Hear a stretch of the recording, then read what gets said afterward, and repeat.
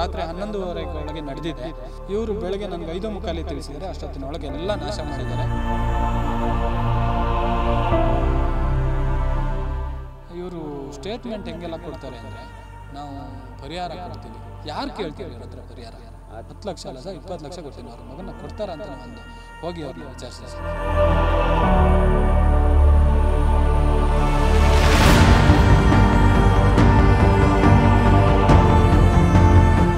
10 ಲಕ್ಷ ದುಡ್ಡು ತಗೊಂಡಿದ್ದಾನೆ ಅವ್ನು, ಸೈಲೆಂಟ್ ಆಗಿದ್ದಾನೆ, ಮಾತಾಡ್ತಾ ಇಲ್ಲ.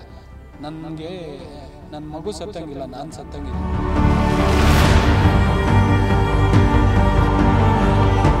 ಇವರು ನಾಳೆ ಲವ್, ಅವಳಿಗೆ ಹುಚ್ಚು ಅಥವಾ ದೆವ್ವಭೂತ, ತಲೆ ಸರಿ ಇಲ್ಲ, ಮಾನಸಿಕ ಅಥವಾ ಇನ್ನೊಂದು ಮತ್ತೊಂದು ಯಾವುದಾದ್ರೂ ಇದೇ ಥರ ಅಲ್ವಾ ಪಟ್ಟ ಕಟ್ಟೋದು? ನಾನೇನಾದ್ರು ಸೈನ್ ಹಾಕಿ ಸ್ವಲ್ಪ ತಗೊಂಡಿದ್ದೀನಿ, ಇವರು ಇದೇ ಅಲ್ವಾ ನನ್ನ ಪಟ್ಟ ಕಟ್ಟೋದು? ನನ್ನ ಮಗನಿಗೆ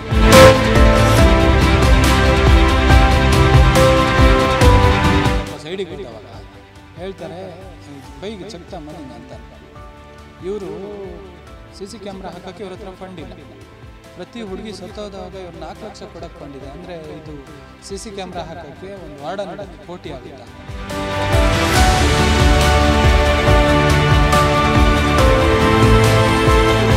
ಯಾವುದೋ ಒಂದು ದಂಧೆ ನಡೆಸ್ತಾ ಇದ್ದಾರೆ, ಇನ್ಕ್ಲೂಡಿಂಗ್ ವಾರ್ಡನ್, ಟೀಚರ್, ಪ್ರಿನ್ಸಿಪಾಲ್ನಿಂದ ಹಿಡಿದು ಆಮೇಲೆ ಪ್ರತಿಯೊಬ್ಬರು ಕಾರಣ. ಈ ಕೊಲೆಗೆ ಪ್ರತಿಯೊಬ್ಬರು ಕಾರಣ.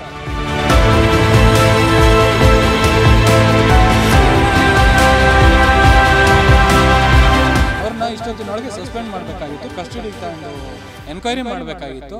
ಆಮೇಲೆ ಅವ್ರನ್ನ ಯಾವುದೇ ಕಾರಣಕ್ಕೂ ಇನ್ಮೇಲೆ ಇಲ್ಲಿ ಮುಂದುವರಿಬಾರ್ದು. ಹೋದ್ ಸರಿ ಮುಂದುವರೆದಿದ್ದೇ ತಪ್ಪು, ಈ ಸರಿ ಯಾವುದೇ ಕಾರಣಕ್ಕೂ ಇವ್ರನ್ನ ಕೆಲಸದಲ್ಲೇ ಇಟ್ಕೋಬಾರ್ದು, ಸಸ್ಪೆಂಡ್ ಮಾಡಬೇಕು. ನಾನು ಅವ್ರ ಕಾಲಿಗೆ ಬಿದ್ದು ಅದನ್ನೇ ಕೇಳ್ಕೊಂಡಿದ್ದೀನಿ, ಪರಿಹಾರ ಬೇಡ, ದಯವಿಟ್ಟು ಪರಿಹಾರ ಬೇಡ, ನನಗೆ ಒಳ್ಳೆ ತನಿಖೆ ಆಗಬೇಕು.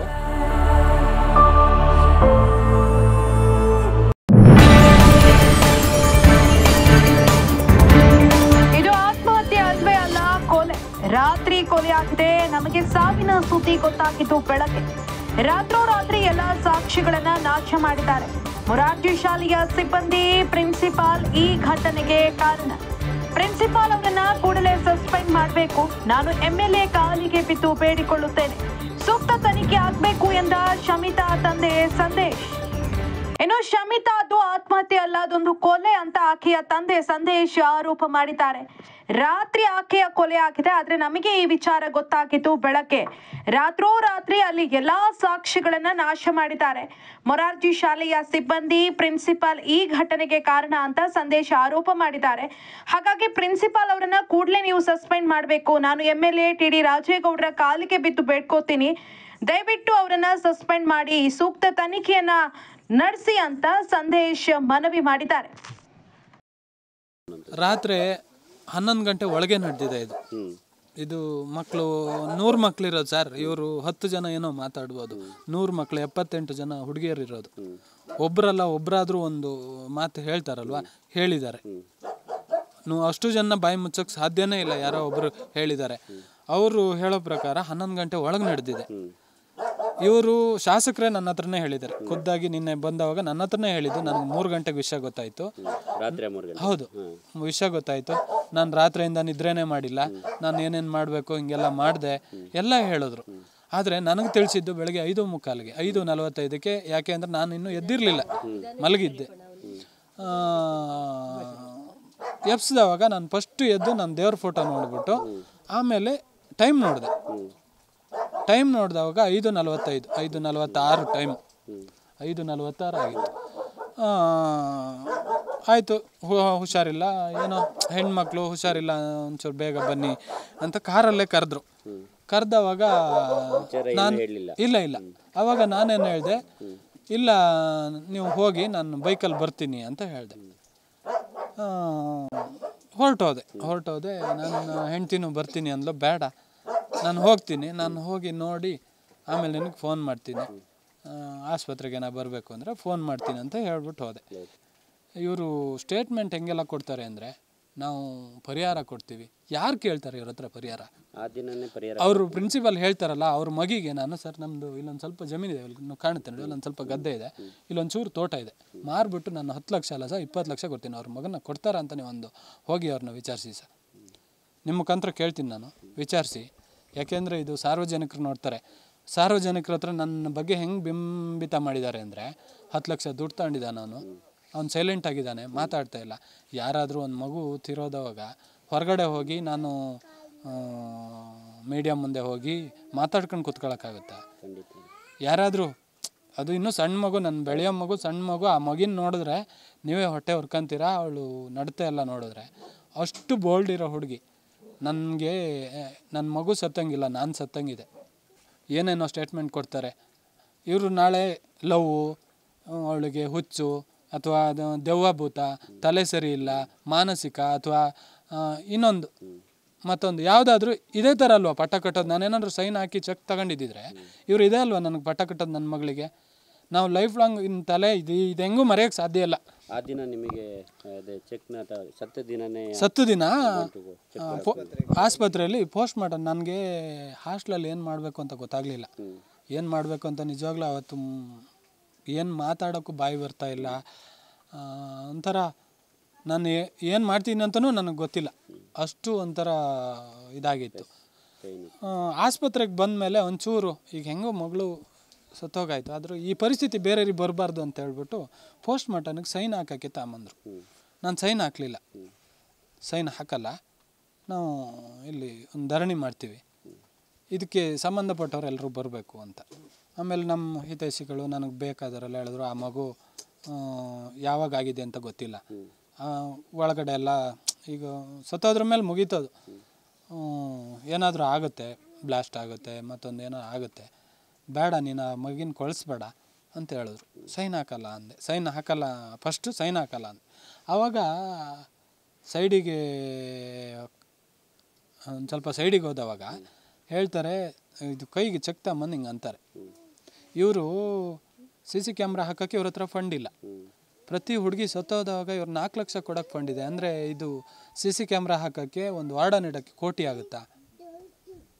ಅಷ್ಟು ಅರ್ಜೆಂಟ್ ಇತ್ತು ಅಂದರೆ ಅಲ್ಲಿ ಎದ್ದು ಕಾಣ್ತಿದೆ ಇವ್ರು ಯಾವುದೋ ಒಂದು ದಂಧೆ ನಡೆಸ್ತಾ ಇದ್ದಾರೆ ಅಲ್ಲಿ, ಇನ್ಕ್ಲೂಡಿಂಗ್ ವಾರ್ಡನ್, ಟೀಚರ್, ಪ್ರಿನ್ಸಿಪಾಲ್ರಿಂದ ಹಿಡಿದು ಆಮೇಲೆ ಪ್ರತಿಯೊಬ್ಬರು ಕಾರಣ ಈ ಕೊಲೆಗೆ. ಪ್ರತಿಯೊಬ್ಬರು ಕಾರಣ.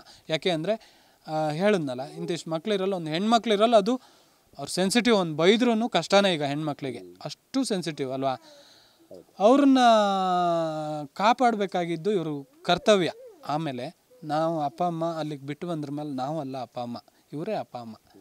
ಅವರು ಮೀಡಿಯಾದಲ್ಲೆಲ್ಲ ಹೇಳಿಕೆ ಕೊಡ್ತಾರೆ ನೋಡಿ, ಅವ್ರು ಹೇಳಿಕೆ ಕೊಡ್ತಾವೆ, ಅವ್ರಿಗೆ ಒಂದು ಚೂರು ಫೀಲಿಂಗ್ ಅನ್ನೋದೇ ಇಲ್ಲ, ಗಟ್ಸಾಗಿ ಹೇಳಿಕೆ ಕೊಡ್ತಾರೆ. ಸೂಸೈಡ್ ಮಾಡ್ಕೊಂಡಿದ್ದಾಳೆ, ಡೆತ್ ನೋಟ್ ಬರೆದಿಟ್ಟಿದ್ದಾಳೆ, ಅವಳು ಯಾವುದೋ ಮಕ್ಕಳ ಹತ್ರ ಹೋದ ವರ್ಷ ನಡೆದ ಜಾತಿ ವಿಷಯದಲ್ಲಿ ಹೋದ ವರ್ಷ ನಡೆದಿರೋದು, ಅದನ್ನು ನನ್ನ ಹತ್ರ ಹೇಳಿದ್ದಾಳೆ ನನ್ನ ಮಗಳು. ಆ ಥರ ಯಾವುದೂ ಇಲ್ಲ. ಆ ಥರ ಸಣ್ಣ ಪುಟ್ಟ ವಿಷಯಕ್ಕೆ ನನ್ನ ಮಗಳು ಸೂಸೈಡ್ ಮಾಡ್ಕೊಳ್ಳೋಂಥ ಅಲ್ವೇ ಅಲ್ಲ. ಇವರೆಲ್ಲ ಕತೆ ಕಟ್ಬಿಟ್ಟು ರಾತ್ರಿ 11:30 ಒಳಗೆ ನಡೆದಿದೆ, ಪಕ್ಕ 11 ಗಂಟೆ ಒಳಗೆ ನಡೆದಿದೆ. ನಾನೇ ಹೇಳ್ತೀನಿ 11 ಗಂಟೆ ಒಳಗೆ ನಡೆದಿದೆ. ಇವರು ಬೆಳಗ್ಗೆ ನನಗೆ 5:45 ತಿಳಿಸಿದ್ದಾರೆ, ಅಷ್ಟೊತ್ತಿನೊಳಗೆ ಎಲ್ಲ ನಾಶ ಮಾಡಿದ್ದಾರೆ. 8:15 ನಿಮಗೆ ಗೊತ್ತು, 100 ಕಿಲೋಮೀಟ್ರು ನೀವು 3:15 ಗಂಟೆ ಬಂದ್ರ ಅಂತೀರ ಅಲ್ವಾ? ಕಡೂರಿಂದ ಬೆಳಗ್ಗೆ 7:30 8 ಗಂಟೆಗೆ ಬಂದು ಮಕ್ಕಳನ್ನ ಕರ್ಕೊಂಡು ಹೋಗ್ಬೇಕಾದ್ರೆ ನಾವೇನು ಕಾರ್ ಮಾಡ್ಕೊಂಡು ರೆಡಿ ಇರ್ತೀವ? ಕಾರಲ್ಲಿ ಕೂತ ಮೇಲೆ ಕಡೂರಿಂದ ಬರೋಕ್ಕೆ 2:15 ಗಂಟೆ ಬೇಕು. 7:45 8 ಗಂಟೆಗೆ ನಾವು ಅದೆಲ್ಲ ಪಕ್ಕ ನೋಡಿಲ್ಲ, ನನ್ನ ತಮ್ಮ ನೋಡಿರೋದು. ಅಷ್ಟೊತ್ತಿಗೆ ಬಂದು ಮಕ್ಕಳನ್ನ ಕರ್ಕೊಂಡು ಹೋಗ್ತಾರೆ ಅಂದರೆ ನೀವು ಯೋಚನೆ ಮಾಡಿ, ಅವ್ರಿಗೆ ವಿಷಯ ಎಷ್ಟೊತ್ತಿಗೆ ತಿಳಿಸಿರ್ಬೋದು, ಇವ್ರು ಏನೇನು ಮಾಡಿರ್ಬೋದು.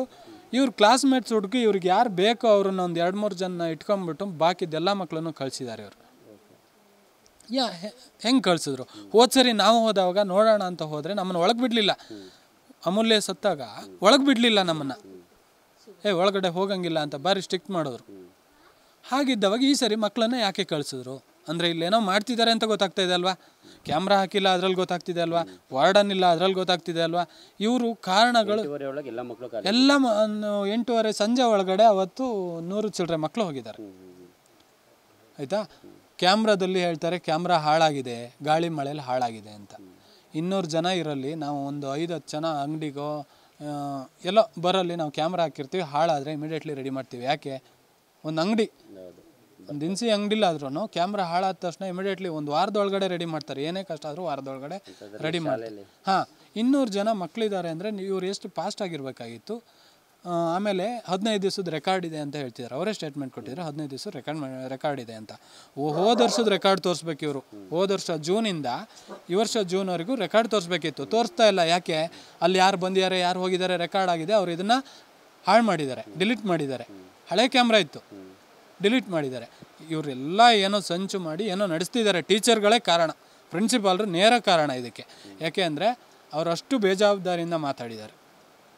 ಡೆತ್ತು ಅವಳು ಸೂಸೈಡು ಅಂತ ಇವ್ರು ಹೇಳಲೇಬಾರ್ದು, ಯಾವುದೇ ಕಾರಣಕ್ಕೂ ಹೇಳಬಾರ್ದು. ಯಾಕೆಂದರೆ ಅದು ನನಗೆ ಚೂರಿ ಹಾಕ್ದಂಗಿದೆ.